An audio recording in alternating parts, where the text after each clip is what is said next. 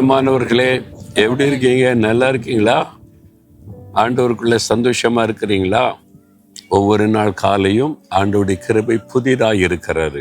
ஒரு புதிய நாள் வந்துட்டாலே ஆண்டவர் புது கிருபை நமக்கு தருகிறார், புதிய வார்த்தை தருகிறார்.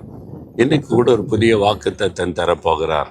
அதெல்லாம் இருக்கட்டும், இந்த இடம் எங்க பார்த்தாலும் போட்டா இருக்குதே, எங்க இருக்குன்னு பார்க்குறீங்களா? இதுதான் ராமேஸ்வரத்தில் இருக்கிற கடற்கரை. ராமேஸ்வரத்தில் கடல் தொழில் செய்கிற ஆயிரக்கணக்கான மீனவ சகோதரர்கள் இருக்கிறாங்க. அவங்களுடைய படகுகள் தான் நிற்கிறதெல்லாம் பார்த்தீங்கன்னா, ஏராளமான படகுகள் இருக்கிறது. நிறைய மீனவ மக்கள் இங்கே இருக்கிறாங்க. இங்கே இருந்து கொண்டு தான் மீன் பிடிக்க அவங்க போகிறாங்க.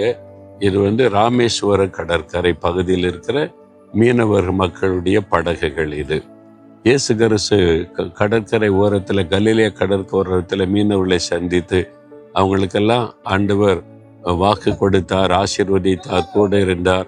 அவங்களை தெரிந்தெடுத்து பயன்படுத்தி என்னென்ன விதத்தில் பார்க்குறோம்ல, இங்கும் நிறைய மீனவ மக்கள் ரட்சிக்கப்பட்டிருப்பதையும் ஆண்டவரை நேசிப்பதையும் கர்த்தருக்கு சாட்சியாக இருக்கிறதை கூட என்னால் பார்க்க முடிந்தது.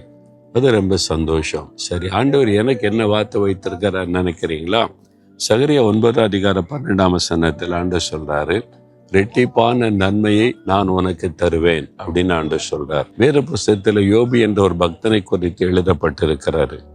அவர் இருந்த அந்த தேசம், அந்த பகுதியிலேயே பெரிய செல்வந்தராயிருந்தார், செல்வாக்குள்ளவராயிருந்தார், பேர் புகழோடு கூட வாழ்ந்தார். அவருக்கு ஆடுகள், மாடுகள், ஒட்டகங்கள் என்று சொல்லி அதை கவனிக்கிறதற்கு வேலைக்காரர்கள் ஆயிரக்கணக்காக இருந்தாங்க. அப்படின்னா இவ்வளவு பெரிய செல்வந்தர். அந்த பகுதி கிழக்கத்தி புத்தரர் எல்லாரிலும் பெரியவராயிருந்தாராம்.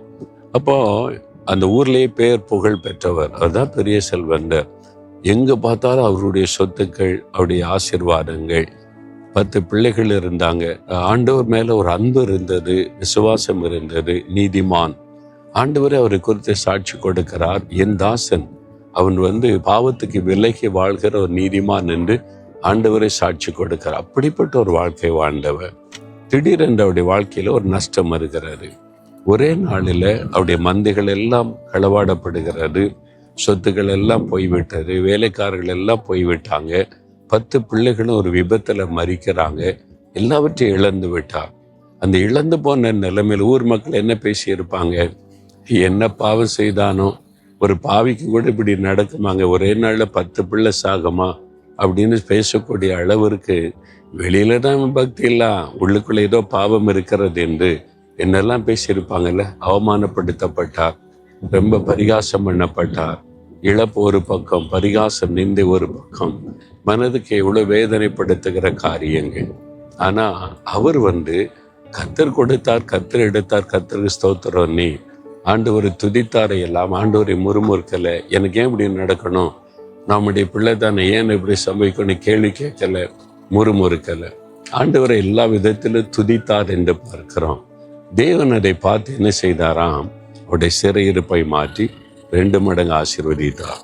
யோபு 1 எல்லாவற்றையும் இழந்தார். யோபு கடைசி அதிகாரம் 42 வாசித்தார். யோபு இழந்து போன எல்லாவற்றையும் 2 தனியாய் திரும்ப கொடுத்தார். மந்தை 2 மடங்கு ஆயிற்று, சொத்துக்கள் 2 மடங்கு ஆயிற்று, எல்லாம் 2 மடங்கு. இப்போ அவமானப்படுத்தி பேசின மக்கள் அவங்க ஆச்சரியப்படுற அளவுக்கு நம்ம என்னவோ நினைச்சோம், உண்மையாவே இவன் நீதிமான் தான், தேவனுக்கு பயந்து நடந்திருக்கிறான், 2 மடங்கு கொடுத்துட்டார்னே. எந்த இடத்துல சிறுமைப்பட்டாரோ அதே இடத்துல தேவன் உயர்த்தினார். உங்களுக்கு செய்வார். வேலையை இழந்துட்டீங்களா? சொத்துக்களை இழந்துட்டீங்களா? உங்களுடைய பெயர் புகழை இழந்துட்டீங்களா? பரிகாசம் பண்றாங்களா? சும்மா ஏமாத்திடா இவெல்லாம் அப்படின்னு சொல்லி உங்களுடைய பக்தியை கூட பரிகாசம் பண்றாங்களா? நெருக்கப்பட்ட நிலைமை, அவமானத்துக்கு நடுவில் இருக்கீங்களா? இழந்து போன நிலைமையில உறவுகளை இழந்து, சொந்தங்களை இழந்து, சமாதானத்தை இழந்து, ஆரோக்கியத்தை இழந்து கஷ்டப்படுறீங்களா? ஆண்டவர் சொல்ல 2 மடங்கு ஆசீர்வாதத்தை தருவேன், நீ இழந்து போனதை 2 மடங்கா தருவேன் அப்படின்னு கர்த்தர் சொல்றார். விசுவாசிங்க. யோபின் தேவன் நம்முடைய தேவன். நீங்க உண்மையா இருங்க, ஆண்டவரை துதிங்க, முறுமுறுக்காதங்க, குறை சொல்லாதங்க. அவருக்கு தெரியாம எதுவும் நம்முடைய வாழ்க்கையில நடக்க முடியாது. மனதார துதிங்க, 2 மடங்கு ஆசீர்வாதம் உண்டாகும். ஆண்டவரே, நான் முறுமுறுக்க மாட்டேன், நான் சோர்ந்து போக மாட்டேன், உம்மை குறை சொல்ல மாட்டேன். எல்லாவற்றிற்காக, இழப்புக்காக, நெருக்கங்கள், வேதனைகள், நிந்தைகள், அவமானங்களுக்காய் ஸ்தோத்திரம், ஸ்தோத்திரம், ஸ்தோத்திரம் என்று உம்மை துதிக்கிறேன். நீர் வாக்கு கொடுத்தபடி நீர் 2 மடங்கு ஆசீர்வதிப்பீர்.